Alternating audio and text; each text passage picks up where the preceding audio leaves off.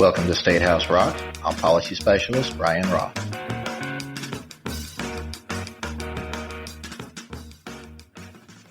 Emergency rules were released by the Workers' Compensation Commission Monday, stating frontline workers who contract COVID-19 will be rebuttably assumed to have contracted the disease while on the job. It is currently unknown if the presumption is limited to the infection phase or if long-term damage will be covered under workers' compensation. Expect to hear more about this as Illinois employers and their insurers grapple with the implications. ICIC has agreed to partner with other organizations to file a lawsuit against these rules.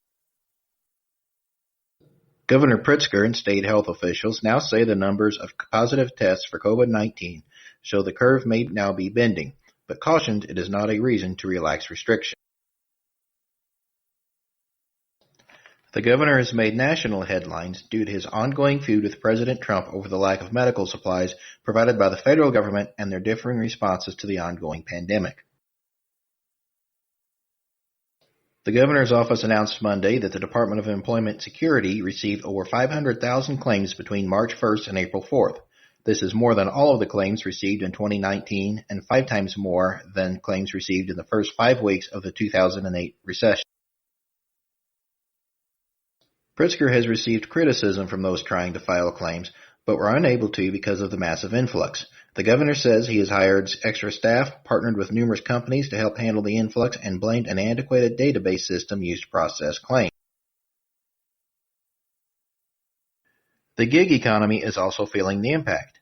New rules from the Federal Department of Labor says gig workers can claim unemployment if they have been forced to suspend operations due to the pandemic. Construction and professional services are still considered essential businesses, but we are hearing reports of surveyors unable to access county data in some counties. The legislature has not been in session since the end of March and is not expected to return anytime soon. The Capitol complex has been closed to the public since that time, and only essential personnel are present. The House and Senate have created working groups to review major legislative issues, including the capital budget and economic revitalization.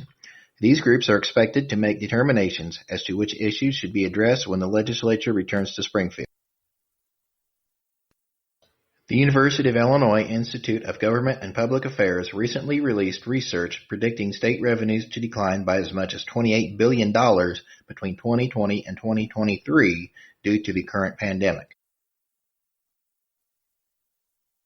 When the legislature does return to the Capitol, they likely will pass a budget and deal with only the most pressing issues, then adjourn until the fall veto session.